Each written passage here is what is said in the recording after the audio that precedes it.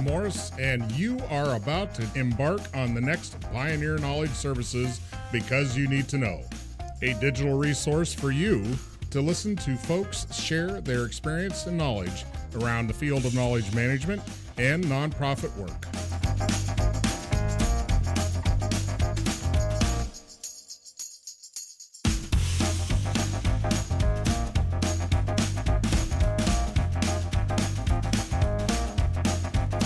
Make sure you check out Pioneer Knowledge Services website and find all the information about the Midwest Knowledge Management Symposium happening in June. You should be there.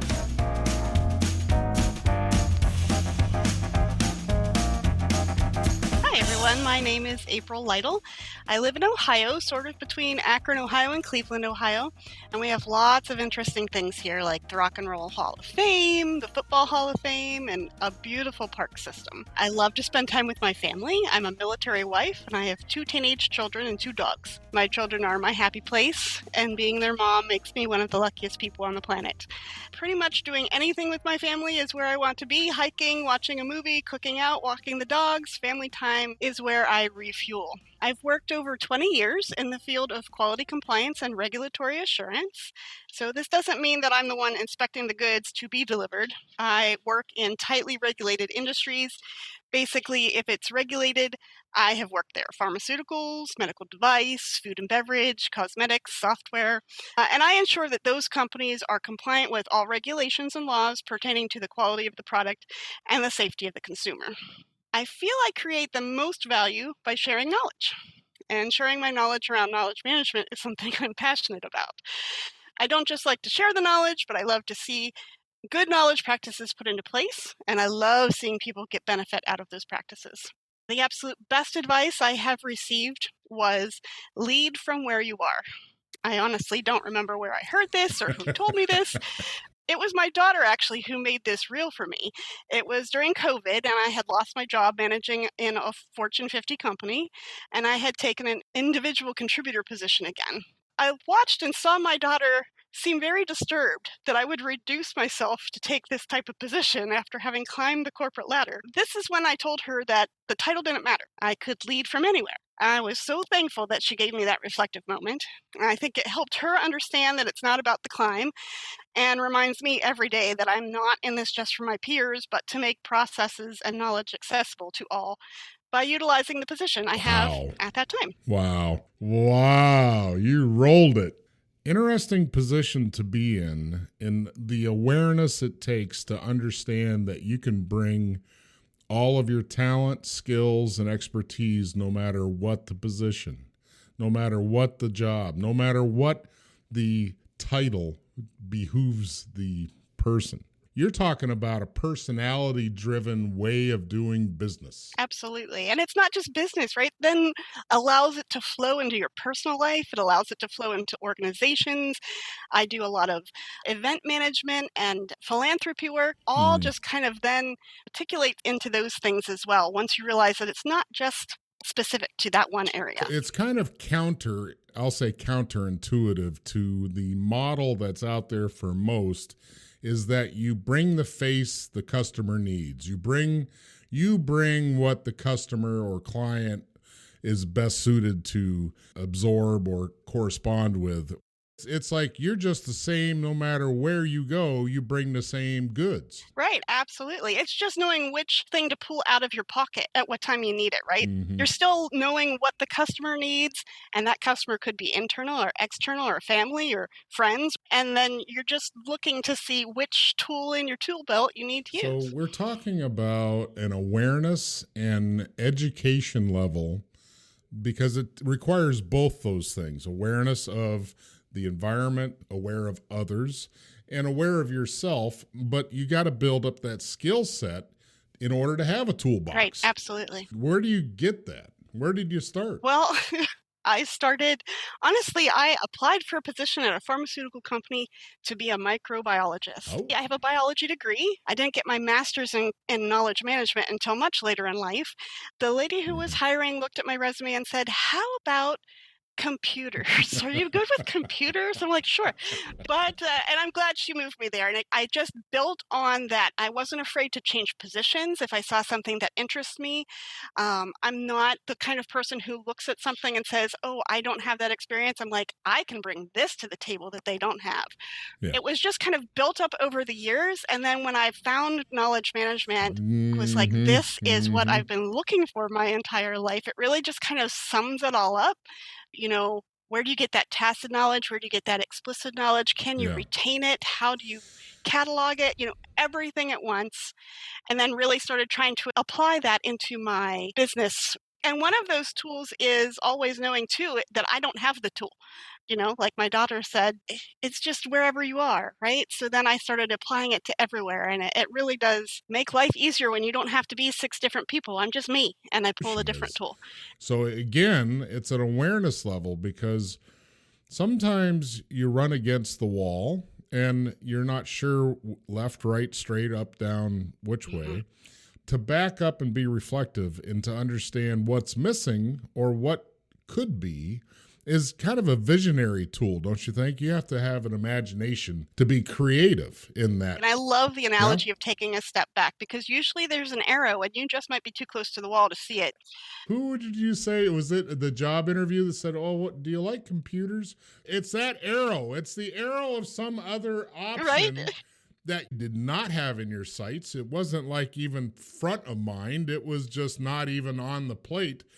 But sometimes opportunities come in wild directions, and you have to have enough bravery to say, yeah, I'll do that. Absolutely. I like that. Sure. I'll go learn that. Which was another thing about knowledge management I loved, right? It's just learning. It's constant learning, always, right? That's really kind of, you know, people say, what are you passionate about? I'm passionate about learning. I love finding out anything I can about anything. What was the first memory as a child where that took root? Where that was like, I guess I'm kind of like that. Geez, I don't know. It's just always been kind of who I am. Right. Well, let's go to the Wayback Machine. Let's go way back. Yep. Let's see. Was there an event? You said you have a strong philanthropic bone in your body. So was there some adventure as a youth that you were like, oh, hey, this is not only entertaining, but revives me. I get energy from this. Right. Well, and I think it was a lot of finding out that adults weren't afraid if I asked questions. I was always the one asking questions. There's where that learning comes from, right? And figuring out that my peers weren't afraid if I asked questions either. And if they didn't know, then I'd go to someone else who might. It was, you know, I'd go to camp over the summer and there were so many different people with so many different backgrounds, and just asking. You developed the inquisitive skill set. Did you also say that your peers recognized that you were always the one that had the fishing pole to go find the answer? Yep. So did you become the, hey, go ask. Hey, will you go ask? You know, because everybody else was afraid. Right? Yeah, absolutely. And then it started, and I was proud to hold that position, right? I loved being the one that everybody asked a question of, and then I'd go find the answer if I didn't know, which gave me more knowledge. Exactly. But then as I started developing a little bit more, it was more of a, okay, they asked me this question. Maybe now I should tell them where to find the answer. You know, teach the man to fish instead of me being the fisher. There's an element you brought into that. The word that popped into my mind was broker, and that's being floated around now as a new kind of concept, the knowledge management broker. Really, you're a connector, you're an inquisitor, you're driven by your own self-interest, that being more comprehension, more understanding, more knowing of things. And it's almost like a driven passion of being a collector of reality, because you want to expand what you know. So therefore you're co-creating your own reality. Yeah. I also find it as kind of like people who enjoy puzzles and finding the answers. I might know the knowledge, but somebody then presents me with a problem and it doesn't necessarily fit the bill. So how do we make it work? Not necessarily how do we change their problem, but how do we make the knowledge that we have fit what they need? I'm similar framework. So I'm excited to have this conversation. In one of the past lives I've had working, I was built around asking questions of people. It was part function of being lessons learned and other things that I did for the military, in that there is an approach, what they call an approach, to asking questions. And the one that I'm really good at, the old Private Investigator TV show. Columbo, thank you. See, everybody knows Columbo, everybody. Because Columbo just had this ability to look goofy and ask these, just kept going down these rabbit holes just to try to drive more content out of somebody. Mm-hmm. But it is a way that you're building a communication structure in which you're extracting that tacit knowledge, sometimes against their own will. In that case, as a private detective, you get them to spill the beans about something. It is as you said, it's like a puzzle. And it is really a mental model of connecting dots and bringing things back forward or, whichever direction it needs to go to foster more and deeper conversation. Yeah, and it's a good balance of between that diving deep and looking more specifically at something and taking that step back to see the big picture, because you have to see where that specific something fits into everything. Or else you lose it. Then you get down that rabbit hole and there's no way back out, or you haven't started digging a different hole, or, so you have to be able to dig deep, but then also take your step back and look at the whole thing. The creativity piece, the spark of innovation, the spark of thought. And it's heavy upon language, right? I can't be creative and dive deep if you don't understand what I'm saying. There has to be that common language. But where did you branch? I heard about the employment opportunity, but where did you branch over to be both scientific and artistic all in the same brain? Oh, I don't know. Thank my parents. So I have a very analytical father, but he's also very creative. My mother is extremely creative. I mean, you could hand her a craft and she'll tell you how to make it. It's just kind of something I was always brought up with. Well, wait a minute now. So you're basically giving me the shells of two different people, but the common thread that I didn't hear you say is that they are problem solvers. Well, they're parents. That definition doesn't mean a whole lot all the way not across. At all. Not at all. But I mean, they are definitely problem solvers, and I think it's creativity that gives them that key, right? So it's what you said. I'm a science background, absolutely. I have an undergrad in biology, right? So I've grown up with that. But with the creative part of me, I go to to look at a problem, and then go to find the answer, right? Not just look at what does science tell me? But this is the problem, and let me go search. Let me go find. Let me go see what I can do. And then also looking at things a little bit differently. So I get responses from people all the time. How did you think to use that for this purpose? Instead of pigeonholing it into just what it's been used for in the past, what it says on the advertisement, I look at it as to what it truly functions for. What can I use it for? And that might fit differently. It's the same with knowledge. It's the same across companies. It's the same with everything. It's just imagination. Yeah, it really is. It's imagination and that creative trying to find something that fits. But it's like, where do you cross the line from the known and being confident to the unknown and still being confident to try? And I think it's all a matter of risk. If there's a low risk involved, I'm not afraid to break it. I tell people all the time that there's lots of mechanisms and everything in your computer. It's built in, right? If you don't know how to do something, just go start pressing buttons and it will tell you if you're doing something bad, right? If it says, this will delete your entire hard drive, do you want to continue then, right? Take those warnings seriously, but really there's no risk, right? Just go find out. If there's an inherent risk of hurting someone or breaking something that can't be replaced or something, then I'm a little bit more cautious, but it's always a matter of risk. Well, you bring up a good point, and that's risk adverse. There are people that are risk adverse for a lot of different reasons. A lot of it comes down to the organic structure of the human. And I know you and I talked about, well, what's the organic KM? What's organic to an individual to kind of bring them up as a good knowledge management type person? Let's talk about that. What's organic in behaviors and attributes do you think that's important to be a good KM person? Well, I think there's always that inherent ask why, or what, or, just ask the question.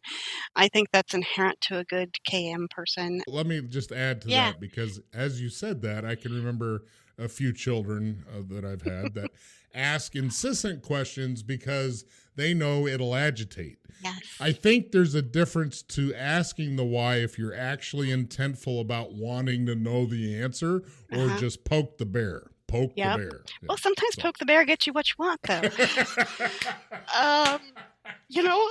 That's a tool as well to pull out of your tool belt. It's good to know. Also, I think it's that self-awareness. We talked about that self-awareness and knowing where you are and what can be applied. And again, bringing back the tool belt, right? Just knowing who you are to address a situation. Also being able to take those tools and share the wealth. I'm a huge proponent of not hoarding knowledge, of not keeping it to yourself. Just let people know, and let them know how, let them know why, let them know, not just the what. That makes you a great KMer. And then not being afraid to tell them that you don't know makes you a great KMer. It's a great mindset to have. What I hear from what you're saying is integrity and honesty are solid attributes. Absolutely. Absolutely. I mean, we want, everybody's talking about that one source of truth, right? When they're like, which system do I go to for the source of truth? I'm like, well, right? So we're always talking about that integrity, that truth factor, that we want our knowledge to be true and correct. I think it goes back to basics, right? And I tell people this all the time. There's a difference between data and knowledge. Data really doesn't give you truth. It's just data, and how you apply that, then that's your truth. To kind of understand the difference and know where your answer lies, right? Your answer is kind of in the knowledge base. So you have to go sometimes dig through the data and then apply it correctly. And then once you have that, then you've got your answer. The data is not necessarily your answer. I've had people do that too, ask them for an answer and they just send you back a stream of numbers. I'm like, that didn't tell me anything. Wow, thank you.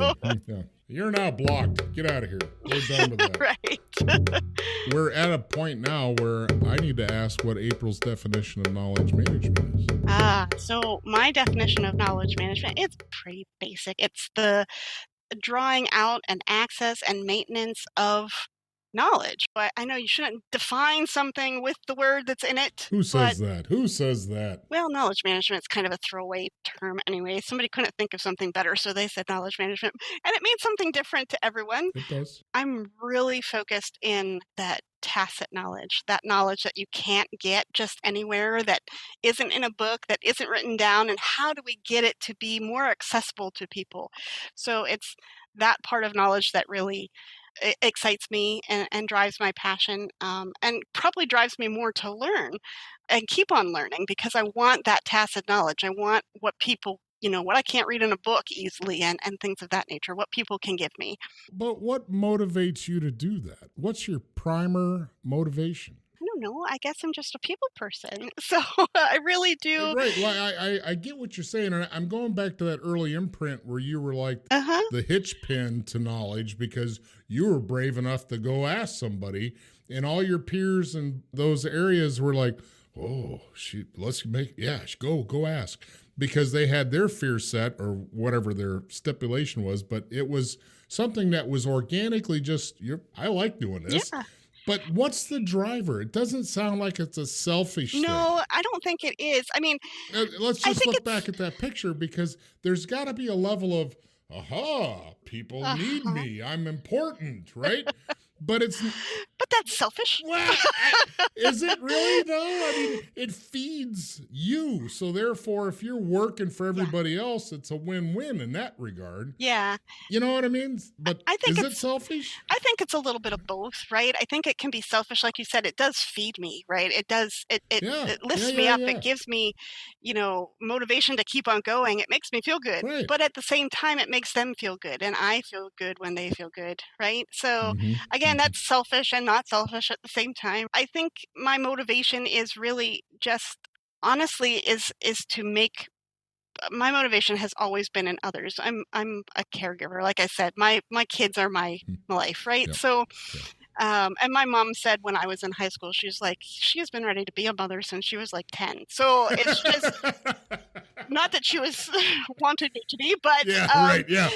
I just have that caring, nurturing kind of thing. And when Yeah. people have a question or they're stumped or they have a problem, it's just within me to try to help them. Help them. And the best way that I can find to help with that problem or share my knowledge or get something else. You got to wonder, how do we get that in a bottle and Mm. get everybody to care about stuff? How do we transfer that experience that is a positive attribute that we can help the community build more people like that? Well, I think that's the $1,000,000 question. If we find out how to bottle that, we are rich, right? Selfish again. So, I don't know. I think it's more. It's kind of that age-old question that KMers have had for a long time: is how do you get people to not hold on to their knowledge? How do you get them to share? How do you make it worthwhile for them to share? Right? Because Mhm. a lot of times, I think, Mhm. especially the corporate world, has set it up so that they feel like they can't share, and if they do share, then they're less valuable. I think maybe positioning yourself kind of like I do, in that you are the knowledge getter, you are the answerer, you are the person to go to, makes that value come back, right? Even though you're sharing the knowledge. Instead of, I have as much as I can and I need to, lock it all away in the Yeah. chest and Right. nobody else Yeah. can have it. Nobody gets it. Yeah. Then they can't fire me because I know everything.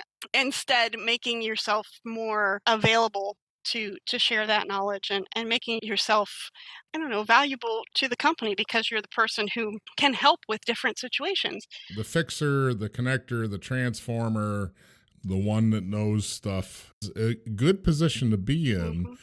As we go to the digitized world, Hmm. how do we build that to where the utility is like that in the system as much as it is that one or two people? Because the problem is we can't all hire people that are all like Hmm. that. Yeah, yeah, absolutely. I don't think that many people exist to Hmm. begin with, but everything is trainable, teachable to some degree. So, how do we build in better performance enhancers to get more people on board? How do we swing them over? Oh, that's a really good question, too. I think that taking the people that are good at it and putting them in positions that feed the information that's created. So, like, for example, in UX, if you get people who understand my consumers are going to want a one-click solution to go here, right? Or I don't want to have to open 3 different dialog boxes to get my answer. Or it helps the people who aren't so good develop products that are good and that can help people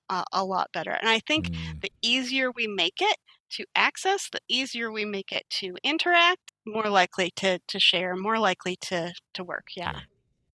How do we incentivize good behavior? Well, I've always been a proponent of just tell people that they're doing good.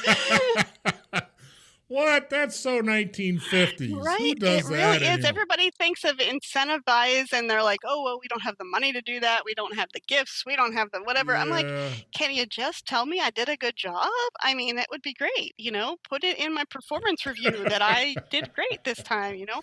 Being a manager for a long time, I did have, and I still have, a notebook for all of my employees, even my peers, right? I have one notebook and I've got a tab for everybody. And when they do something that's outstanding, I put it in the book. I always tell them, then I put it in the book as well. When there's something that I need them to work on, I tell them. That's more uncomfortable than the praise, right? Mm-hmm. But then I put it in my book, right? That way, when I see that they've made progress on that, it goes in my Yeah. book, and I can say, "Oh, look at this! Look at how much Wow. progress they're making." That is a great leadership add-on you just threw out there. How many people do you know do that? Maybe one or two that I've come across. It comes from not being able to store everything in my brain. So everything goes in the book. Right now, granted, right now my book is digitized, so it's password protected and everything. And we live on our phones and everything. So everything Mhm. is at my fingertips. It used to just be a notebook that I locked in my desk drawer, Sure. but now everything's digitized. But again, then I have that to go back on. And if somebody comes to me and says, "Well, what do you think of so and so?"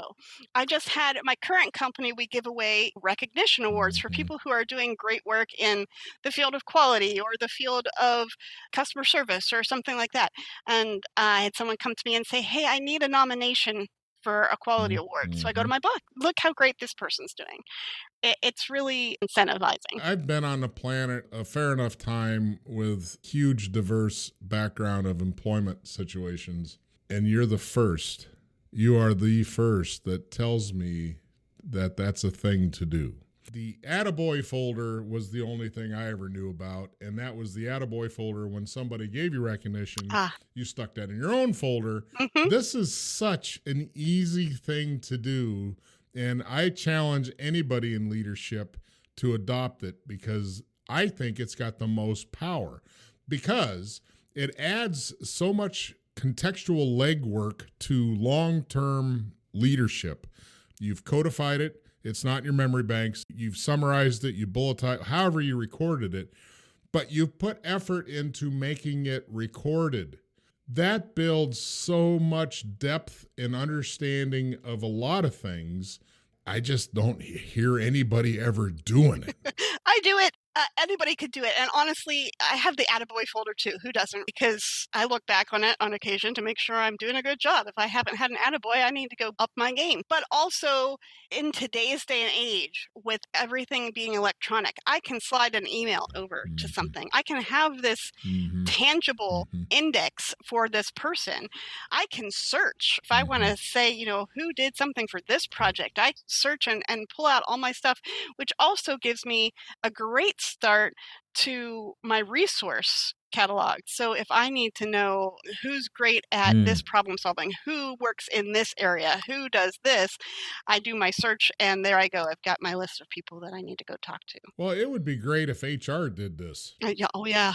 You're talking about a form and function of, I would have to assume, better people retention for an organization that makes life simple for everybody. If we just had a way and a methodology, I will say, I think so much of that gets lost in the shuffle of doing business that, like you said, if people would just say thank you would be a plus, right. Because I'm good with that. Just give me a thank you. We've become so transactional in work that we don't even, it's just looked over. Yeah. It's just looked over. It's not really recognized for how powerful this could be. Yeah. That you're talking about relationships. You're talking about people, organic structures that respond a little better, organic conversation or comment or something of effort. Yep. Yeah, absolutely. And Brilliant. It's also a great touch point to know when you've last talked to someone. Again, in this day and age, I work remotely. I've been working remotely for, the past 10 years now.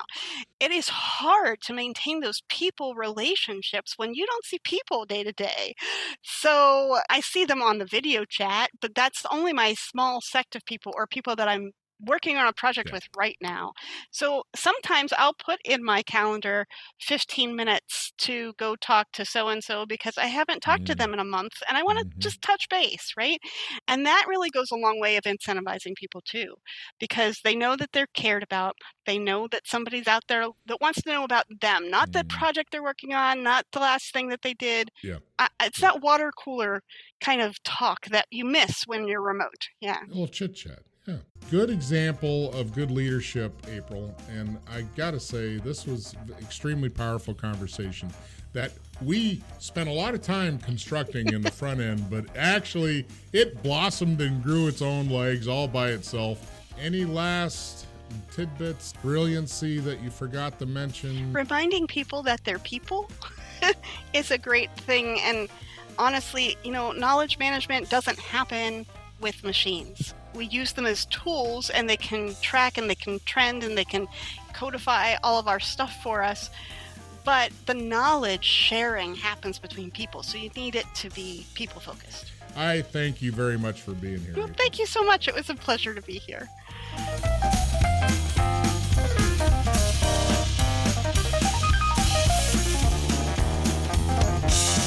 Thank you for listening to Because You Need to Know, the Reference Podcast in Knowledge Management. My name is Soni Toneme. As an art administrator, Because You Need to Know has been my go-to podcast and has helped me hone my management skills. Please consider sponsoring the podcast with your business.